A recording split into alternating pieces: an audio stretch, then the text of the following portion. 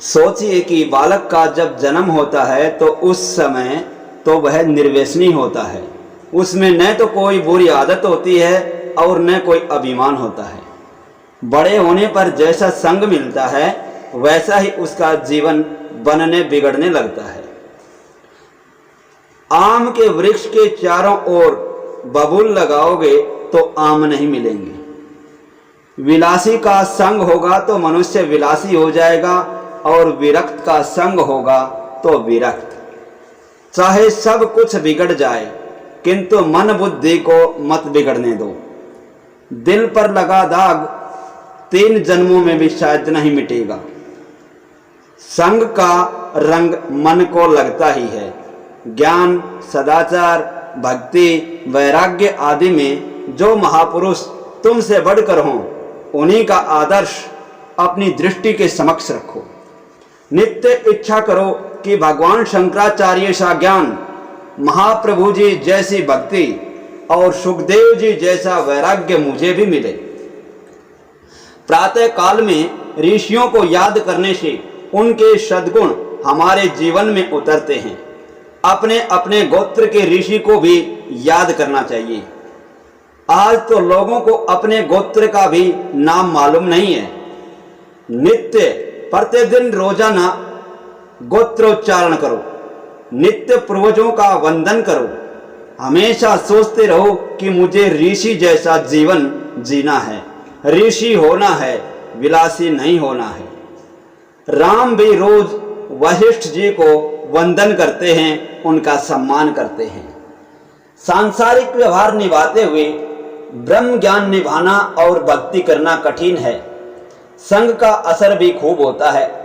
चोरी और व्यभिचार महापाप माने गए हैं। ऐसा पाप करने वाले यदि अपना भाई भी हो तो उसे भी छोड़ दो।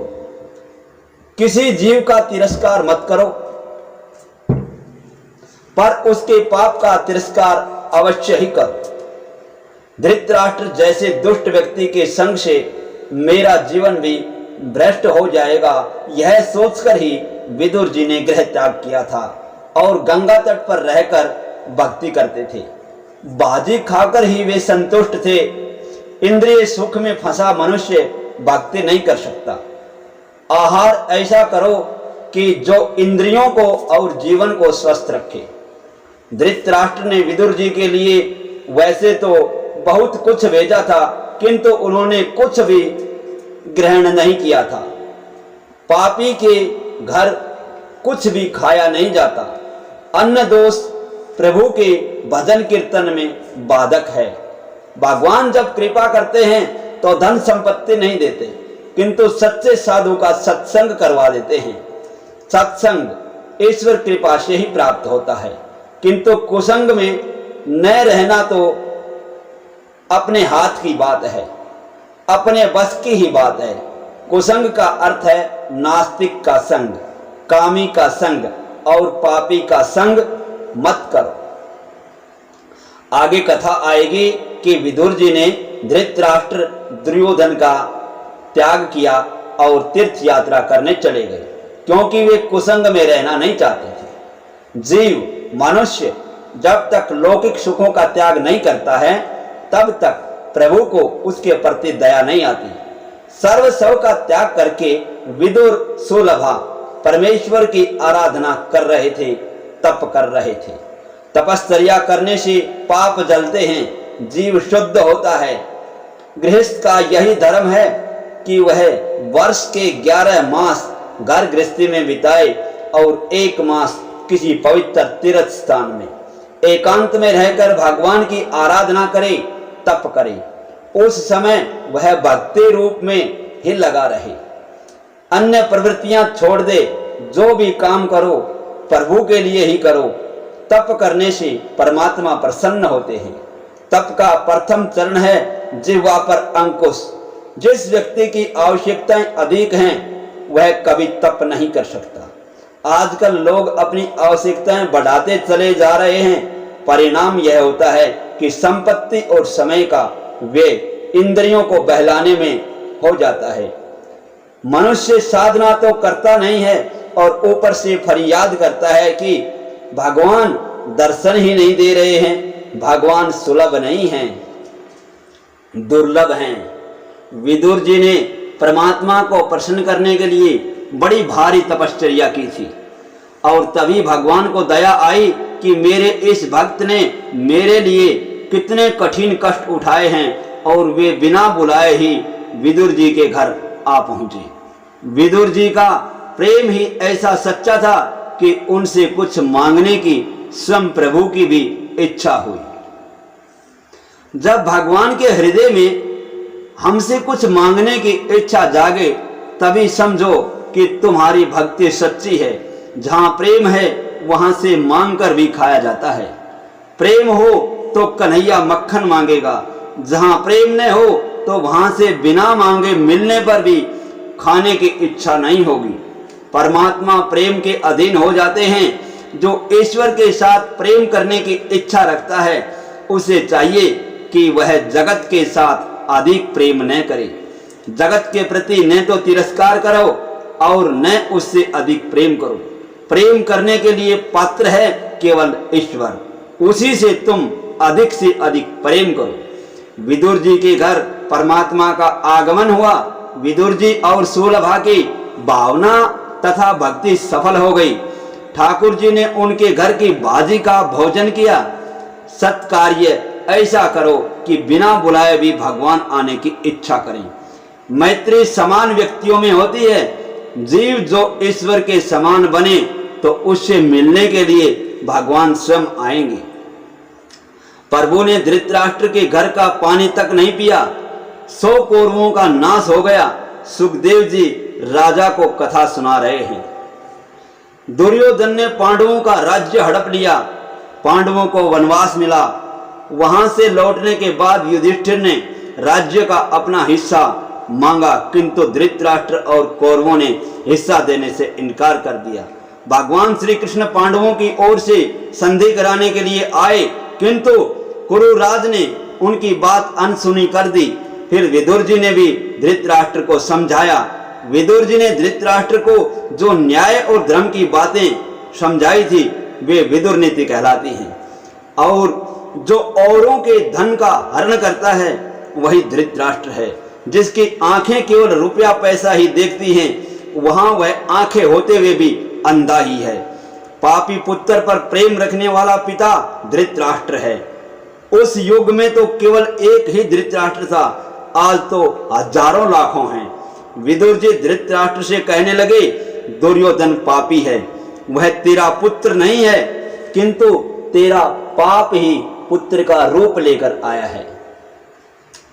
कई बार अपना पाप ही पुत्र का रूप लेकर आता है और सताता है। शास्त्र में कहा है कि दुराचारी पुत्र माता पिता की दुर्गति करता है, सदाचारी पुत्र माता पिता की सद्गति करता है। दुराचारी पुत्र का संग छोड़ दो। मान लो कि यह मेरा पुत्र नहीं है, किंतु मेरा पाप ही पुत्र रूप से आया है। छोटे बच्चों को पाप का डर बताते रहने से वे मान जाएंगे। आजकल का युवक पाप का डर नहीं रखता है, अतः वह मार भी खाता है। विदुर जी कहते हैं, हे धृतराष्ट्र, दुर्योधन दुराचारी है, वह तेरे वंश का विनाश करने के लिए ही आया है। चोरी और व्यभिचार महापाप हैं और सभी पाप क्षम्य हो सकते हैं, किंतु ये दोनों पाप क्षम्य नहीं हो सकते, माफ नहीं किए जा सकते।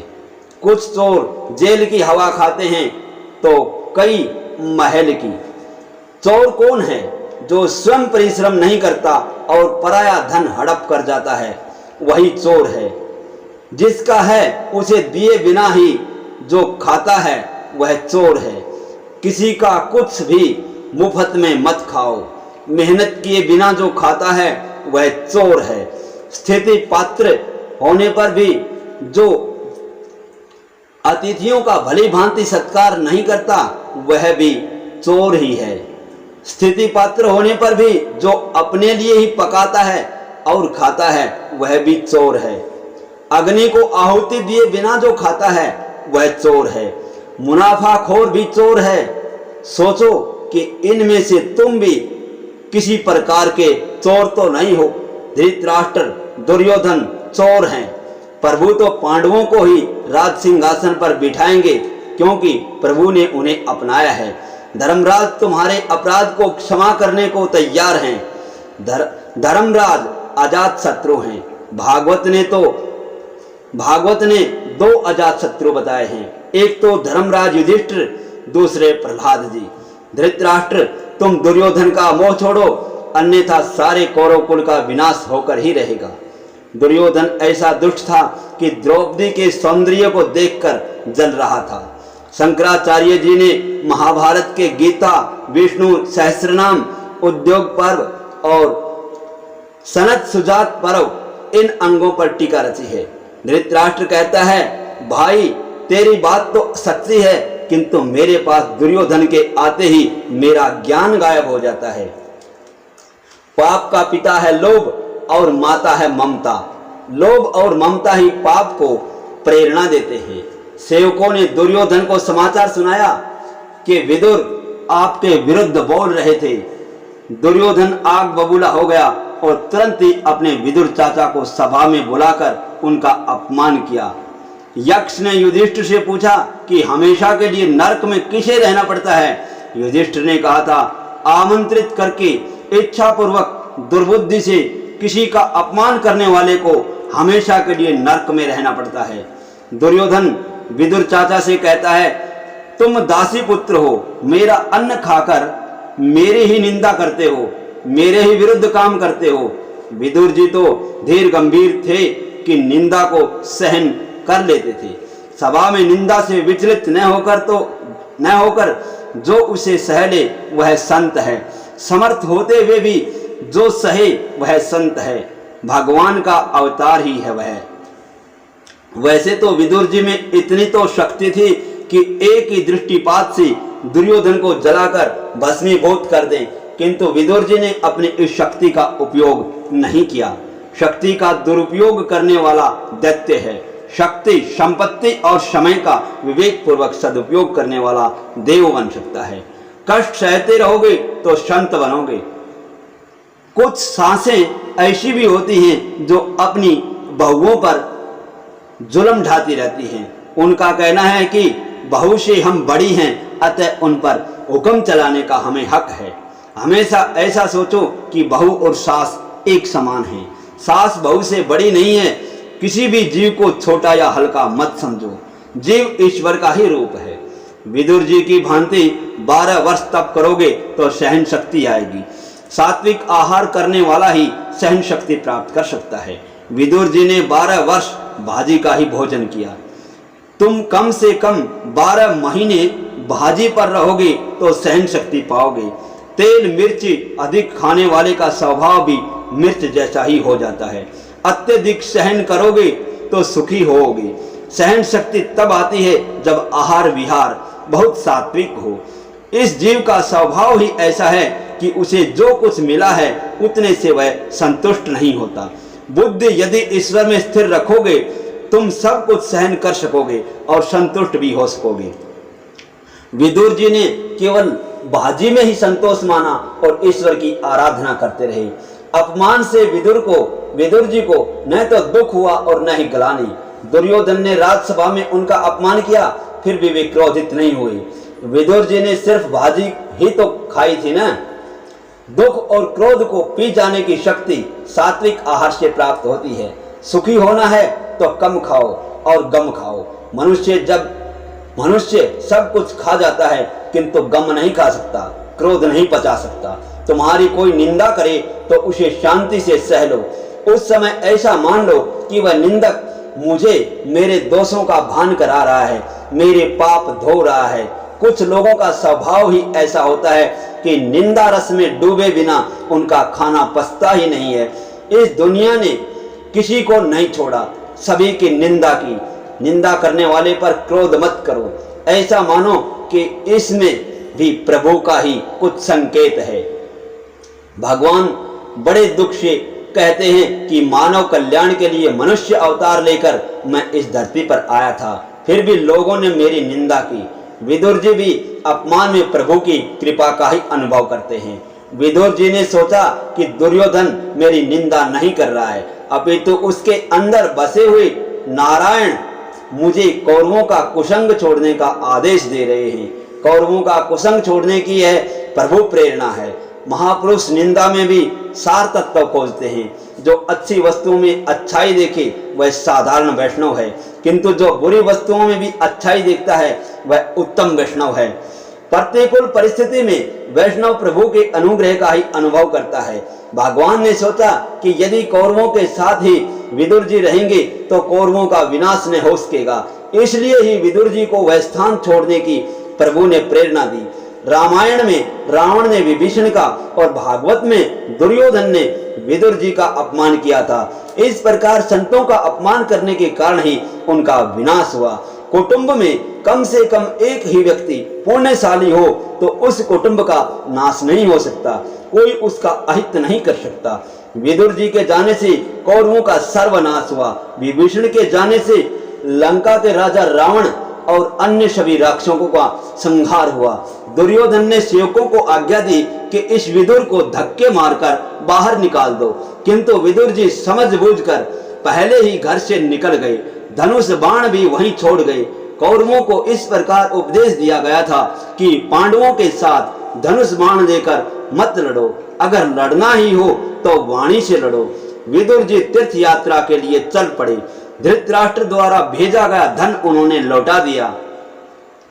आवश्यकताएं कम करते जाओगे तो पाप भी घटते रहेंगे और जरूरत बढ़ाओगे तो पाप भी बढ़ते ही रहेंगे। प्राप्त स्थिति से असंतोष का अनुभव ही मनुष्य को पाप करने की प्रेरणा देता है। इसलिए तो कहा है कि पाप का पिता असंतोष और लोभ है। जो पाप नहीं करता वह पुण्य ही करता है।